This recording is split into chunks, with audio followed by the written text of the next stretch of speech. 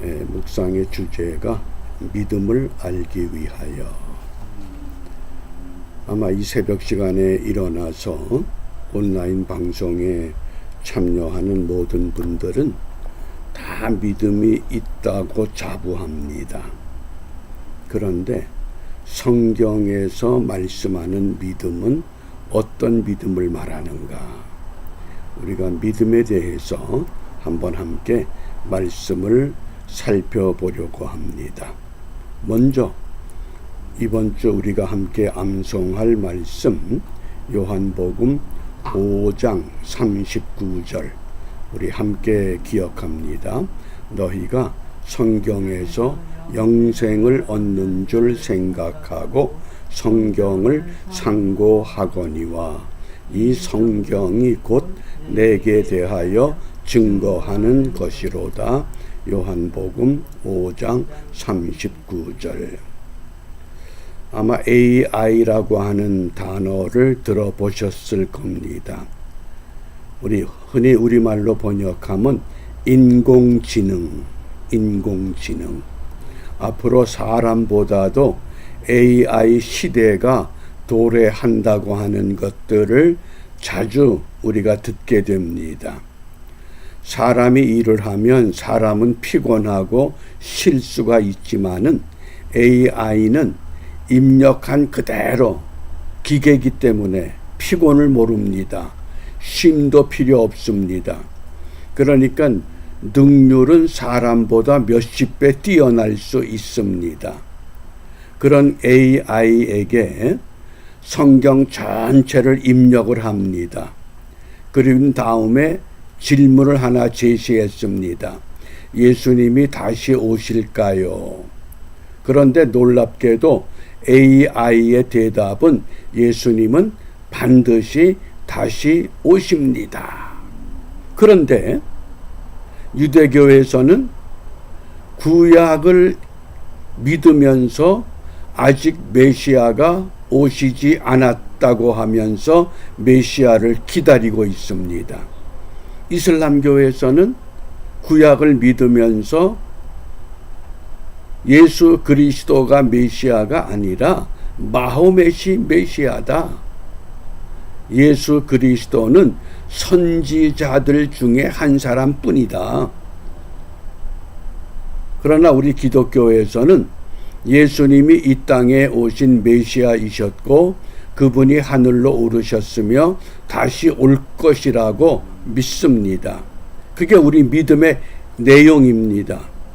AI도 인정하는 믿음의 내용에 대해서 유대교나 이슬람교는 인정을 하질 않습니다. 과학보다도 못한 종교라고 하는 것, 그것이 AI가 우리에게 보여준 사례라고 하겠습니다. 그러면 오늘 사도 바울은 데살로니가 지역에 있는 하나님의 교회들을 향해서 무엇을 알고자 했느냐?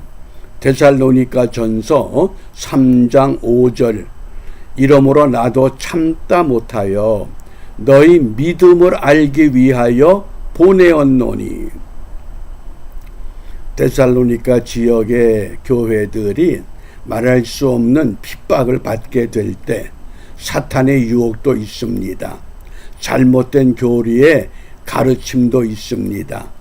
그런 어려운 환경에서 사도 바울은 믿음의 아들 디모데를 보냈습니다. 너희 믿음을 알기 위하여 디모데를 보내었노니 이는 혹 시험하는 자가 너희를 시험하여 우리 수고를 헛되게 할까 함일러니. 데살로니가 지역에서 3주간 동안 성경 말씀을 가르쳤습니다. 그 말씀을 기쁘게 받아들였던 사람들이 교회를 세웠습니다. 교회가 아름답게 성장하는 과정 속에 사탄의 시험, 유혹이 찾아왔습니다. 과연 이 사탄의 유혹을 어떻게 견뎌 나갈까? 그것이 믿음으로 견뎌야 하는데, 그렇기 때문에 믿음을 알기 위하여 어떻습니까? 우리가 일생 동안 예수를 믿었다고 자부합니다. 그러면 하나님께서 오늘 우리의 믿음을 알기 위해서 시험하는 자가 너희를 시험할 때 우리는 인정받을 만한 믿음의 사람으로 세워질 수 있겠는가? 우리가 이제까지 믿음 그러면 두 가지 단어를 기억합니다. 우리 한문자에 믿을 신자, 그래서 사람인과 말씀언, 사람이 말씀과 하나가 된 상태를 말합니다. 그 다음에 헬라어 성경에서 주로 믿음으로 사용되는 단어가 피스티스입니다. 이 피스티스가 여러 가지 용어로 번역이 됩니다. 그 중에 대표할 만한 그 정의는 신실, 성실을 말합니다. 믿음은 진실한 겁니다. 환경에 따라 바뀌거나 또 경우에 따라서 내용이 틀려지는 것이 아니라고 하는 것. 그러면 성경에서는 어떤 믿음을 강조하는가? 이 말씀을 꼭 기억해 주시기 바랍니다. 마가복음 11장 22절입니다. 함께 읽습니다. 예수께서 대답하여 저희에게 이르시되 하나님을 믿으라. 우리 한글 번역 성경은 하나님을 믿어라 이렇게 번역이 됐지만은 영어 성경에서 보면 have faith in God 그랬습니다. 그러니까 하나님 안에 있는 믿음을 가지라 이런 뜻입니다. 우리가 하나님을 믿으라 그러면 하나님을 향한 인간의 믿음이 주체가 되기가 쉽습니다. 내가 금식을 했습니다. 철야했습니다. 봉사했습니다. 바쳤습니다. 마치 그것이 하나님을 믿는 믿음의 모습으로 인식되고 있습니다. 그러나 예수님께서는 제자들에게 어떤 믿음을 말씀하셨느냐? 하나님을 믿어라. 그러니까 하나님의 믿음을 가지라 그런 뜻입니다. 하나님이 가지고 있는 그 믿음을 가지라. 우리 그냥 믿으라 그랬지만은 헬라어 성경에서 이 믿으라가 아니라 에코라는 단어를 2인칭 복수형으로 사용을 했기 때문에 그 믿음을 가져야 된다. 믿음을 가지라는 뜻입니다. 그래서 영어 성경에서 하나님 안에 있는 믿음을 가져야 된다. 그러면 하나님 안에 있는 믿음이 어떤 믿음입니까? 하나님의 금식이 필요합니까? 철야가 필요합니까? 봉사가 필요합니까? 하나님의 믿음을 우리가 성경을 통해서 세 가지로 정리해 봅니다. 그 첫 번째가 누가복음 7장 7절입니다. 그러므로 내가 주께 나아가기도 감당치 못할 줄을 알았나이다. 말씀만 하사 내 하인을 낫게 하소서. 말씀만 하시면 됩니다. 백부장이 그 하인의 질병 때문에 예수님께 사람을 보냈습니다.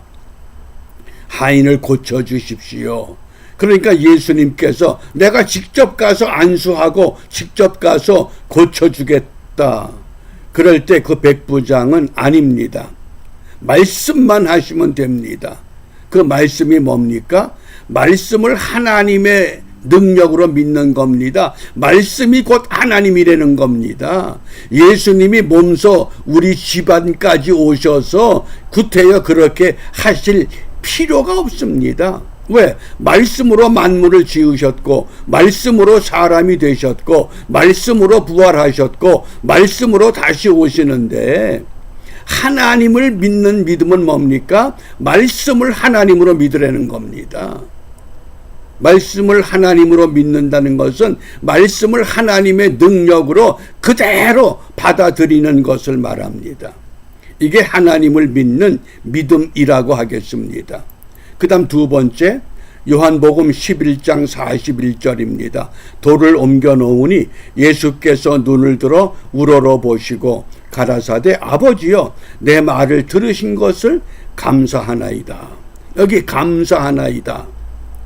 유카리스테오라는 단어를 씁니다. 또 요한복음 6장 11절 예수께서 떡을 가져 축사하신 후에 이 축사라는 단어도 감사한다 그런 뜻입니다. 앉은 자들에게 나눠주시고 고기도 그렇게 저희의 원대로 주시다. 그러니까 하나님을 믿는 믿음은 말씀을 하나님의 능력으로 100% 인정하는 믿음이었습니다. 그 다음 두 번째, 하나님을 믿는 믿음은 감사하는 믿음입니다. 우리가 쉬지 말고 기도하라, 범사에 감사하라, 모든 환경 가운데서 감사하라. 그런데 내 환경이 지금 너무 괴롭습니다. 문제가 많습니다. 감사가 가능한가요? 가능하다고 하면 왜 그 환경에서 감사가 가능합니까? 하나님은 세상의 창조주가 되시기 때문에 이 환경도 하나님이 주관하신다. 풀무불에 던져질 때, 사자굴에 던져질 때 그리 아니하실지라도 뭐 꼭 그렇게 내가 원하는 대로 해결돼서 감사가 아니라 하나님이 만물의 주인 되시기 때문에 그래서 감사가 가능한 겁니다. 첫 번째는 말씀을 하나님으로 말씀으로 믿는 겁니다. 두 번째는 어떤 환경 가운데서도 감사할 수 있는 것, 그게 하나님을 믿는 믿음이라고 하겠습니다. 그 다음 세 번째입니다. 마가복음 5장 41절 42절인데 회당장 야이로의 딸이